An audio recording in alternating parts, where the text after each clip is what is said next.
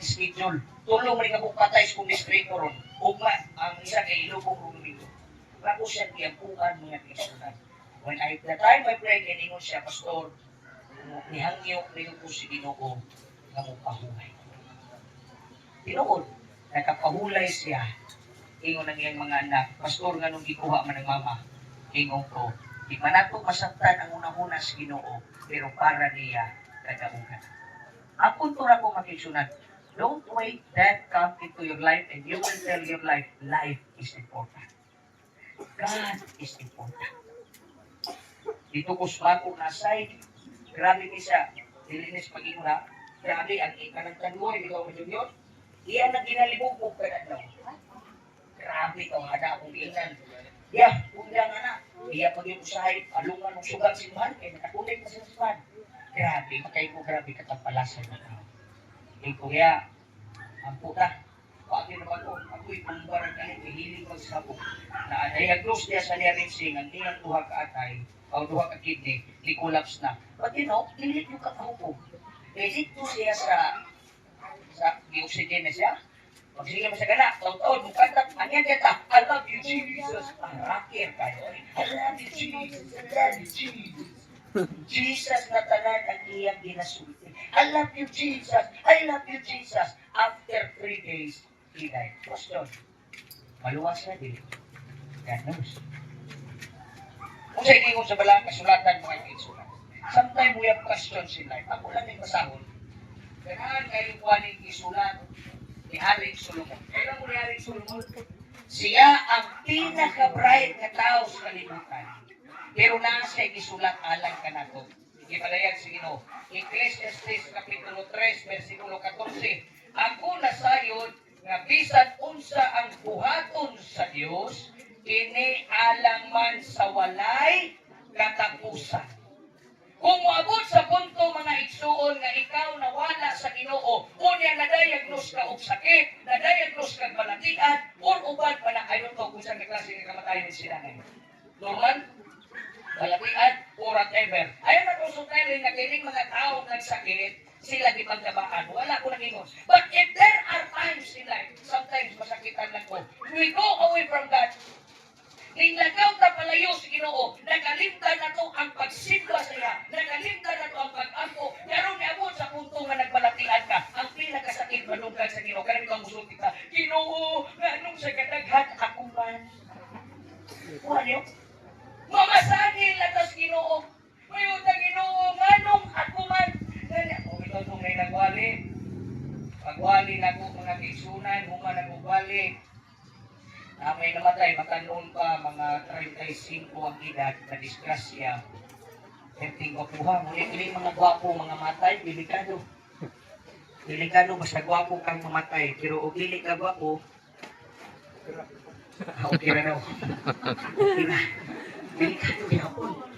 Karon kay kabii man to. Inani itong sit up nila. Nani ang lumon ba? Tumangan. Ubituari na, kanang pana. Kung tawag ka na. Speech na, speech. Oh, ang iyang yung kinamawang ang anak mo nagsulti. Pero nang iyang mga amigo atong namatay, naaliya sa tubangan, nag-round table ba? Ay tulog kalungnik na tanduay. Galino mo siya. Sa silibrita, dita, antod bunta ka itong ubanan, si kumpare. Kagulo mo sa initabo, na isunan, speech ng anak. Ego na yung nag-anak. Nagutan na niyo po, sino mo? Liminaw ka na sa pangutana. 35 ang edad sa papa.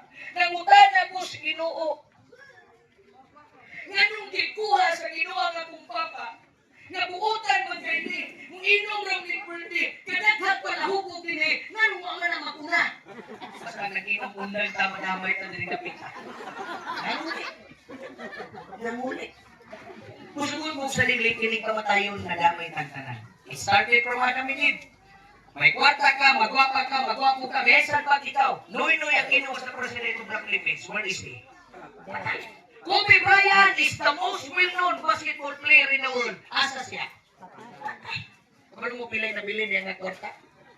$600 million. Asa yung kwarta? Patay naman siya. Kung nakamong daghang kwarta, panghatag na mo daan. I-appeal ko sa lista. Kaya mo ba, sige, ipon. Muna mag-reunion mo, ayaw yun, ako ba, gusuti, reunion ta, ay kwarta, sa mga akong ginay mo nga prinsipyo, ikaw, kung ginay mo gagaw, ikaw, kita mo'y mag-reunion, kay kwarta, pero dito matog sama lang imong katrabaho, mangutang ka, asa man Diyos mas bukat mo, sila or kami nga imong pamilya. Because if a family die, we cry. Muna yung lang Diyos, tanan nga iyang gihimo ka na to, He is doing everything for you to die with hope. Musugot ka sarili, walay tao mga igsuon na dili mamatay. Muna nga akong isulti sa bana, higugmaan ni mo asawa, higugmaan ni mo bana, ginikanan, higugmaan ni mo krutan, so that when we die, they will leave a mark of smile because of love. Amen? Amen. Awas nanay. Play na. Kung mabuhi meron, managan ta. Ha? Dali. Pila ilan nanay? 80. Usay pangutano ni Mulog, tagaan ni siya tsansa ron sa Ginoo nga mabuhi, usay na isulti ani niya, I'm good. Kaya naman po nang mamatay nga dito yung ganahan, kaya naman, number one, they never feel love in the home. Sinanay, musugot mo sarili, nalipay ni siya siyang kamatayon. Sa usap ka rason na nakailas siya Ginoo, ug naka-feel siya gugma sulod sa maong animalahan. Amen? God will lead your family for nothing. He built your family because God wants you to create something before you die. Let me end up this one with the story. Okay ba mo diya? Sige pa, Pastor. Sige pa. Ako rin yun hindi plaster. Ako gusto kong walik pero workers meeting mo. Ako sa'y padayong basa. Tanagin mo sa Ginoo sa tuwa, kaayuhan ako na. Madlungon ta sa Ginoo, kaayuhan ako na. Ayun mo pamembro anang PBL. Talagang mo simar ta sa Ginoo, may kasal, may bunyag, may lubong. Ang problema, ikaw ang ilubong. Muna yung pinaka-worst thing to happen. Ako padayong basa, sa di pa na kuyatag yung story. Walay ikadungag ni makuhaan kini sa bisan unsa. O gibuhat kini sa Dios. Tanaw ha? Nganong gitugot sa Dios nga mamatay si nanay. O gibuhat kini sa Dios aron ang mga tao magkahadlok sa iyang atubangan. Kung mingon mo, God is love, nganong gialaw sa Ginoo kamata?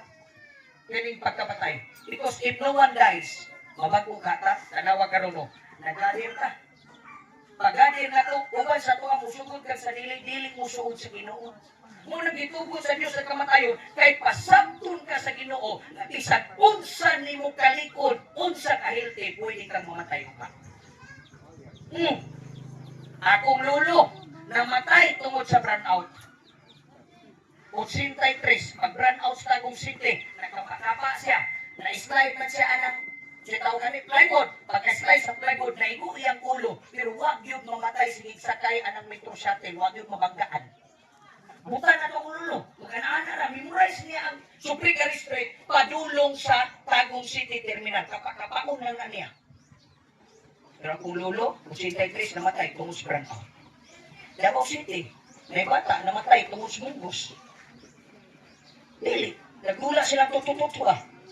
Sabi sa lolo ng munggos, ako'y pagtutok sa classmate, waka bantay, nanay lansang. O siya, kung na'y nagpasabot mo, nagtutugod sa Diyos ang matayon, kay daghan kay mga tao sa kalibutan karon that they feel that their life is something because I have my home, I have my work, I have my car, I have my husband, I have my beautiful children. I want to tell you, all of this cannot save you when you are taking life and death. Kanang imong sakyanan, may pag 1.5 million, pamaligya lang na, may extend lang ang imong kinabuhi. I want to end up this one with a story. Ayon sa akong kitser, kapitan ng human, ginhawa na gin mong lalong, ay, init na. High school pa ko sa una. Di ko ganahan mo eskwela. Di ba batanon? Di mo ganahan mga eskwela gin mo. Ingon na nga akong kitser sa kuha. Nga, mon, di gani ka mo eskwela, magmahay yun ka. Eh, karon high school pa ka, nagsipa kaglata. Ang brand anak naghuya. Pero naghandong ko nga 10 years from now, magsipa niya akong kaglata, pero ang brand anak, ibapurada na. Mahal-mahal na presyo, magulong ka kung tama, no? Mahal lang lata, basta kay katunang gatas kay pagbutang sa makaroni. Espesyal na! Paano siya, paano ko eskwela, o at least, Pagkatarong ko siya na nag-graduate. Pero dito ko niya ipatawag sa office mo, come to my office. I need to tell you something what is life. Ganahan mo kayo kung makikistorya na. Kamong mga batanon, istorya mo sa inyong mga lula, nanay mga kagahapon na nindot kayo lesson. Yan mo sa istorya inyong uyab, mga buntis, siya na. Ay, lapit ka. Wala laing bahay din sa Misaoy. Nakoy yung Aurelia. Napay tagong. Dili sa Misaoy, may lain. Ang tagong, napay Davao. Kadaghan lugar sa kalibutan. Sa likod rin. Ang among diskutan kaning kamatayon. Eh siya mo, ang unang niya pangutanang ako, are you ready to die? O sir, dilit pa yun. Kung kaya ko niyo, are you ready to die? Di pa kayo. Nanawa mo ba na nagtawa? So,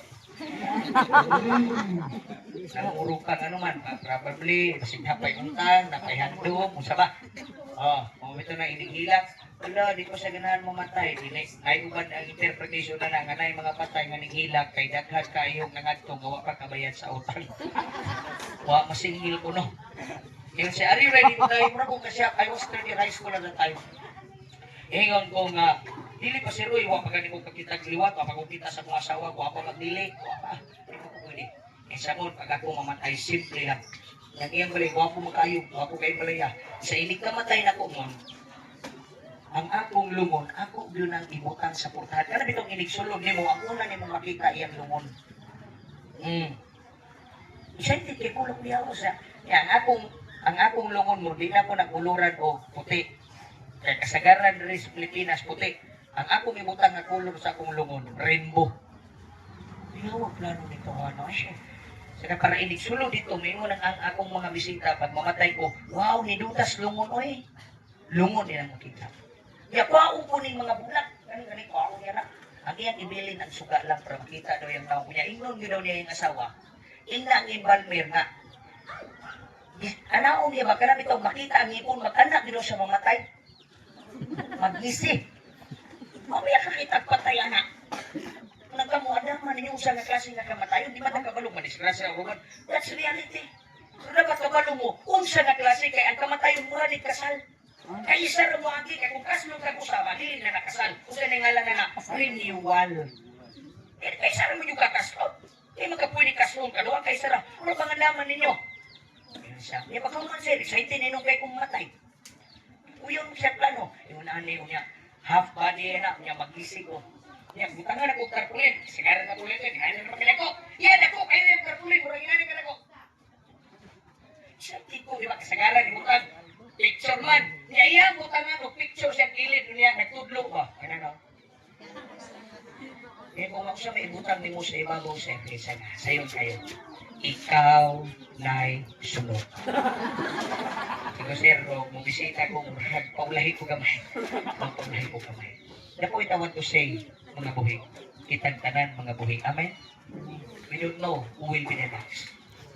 But I want to tell you, there is hope beyond the grave. And who is that hope? Jesus. If you have Jesus in your life, Jesus said, whatever I am doing with you, it is for your own good. Kusugod kang sarili, bisag ilan ka mong food supplement ang imong inon, moto'y buwang yun ka. Muabot yung kaaning tarpulin nga ang imo na lang nga mabilin, ang imong pagkagway, ibutang ka sa lungon mga kaigsunan, unya mo na ang imong katapusan na history, there is kalibutan. But that is not the end of your life if you have Jesus. Let me end up with this letters.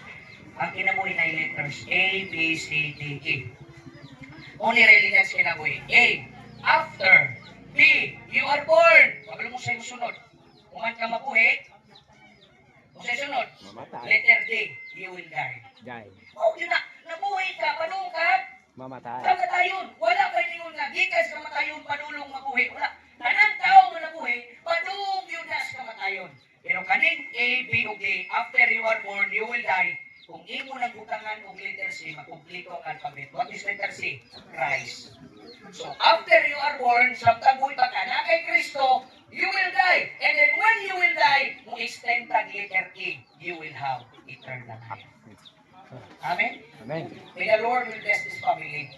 Ipadungan mo sa Ginoo, itagaan mo glulang malipayon. You cried because her goodness penetrated into your soul. Ipadayon not because you are good, but because God is good into your family. So that the time we die, we sleep, we smile, and we say, there is victory in Jesus. Ang Ginoo nga panalangin karon kana.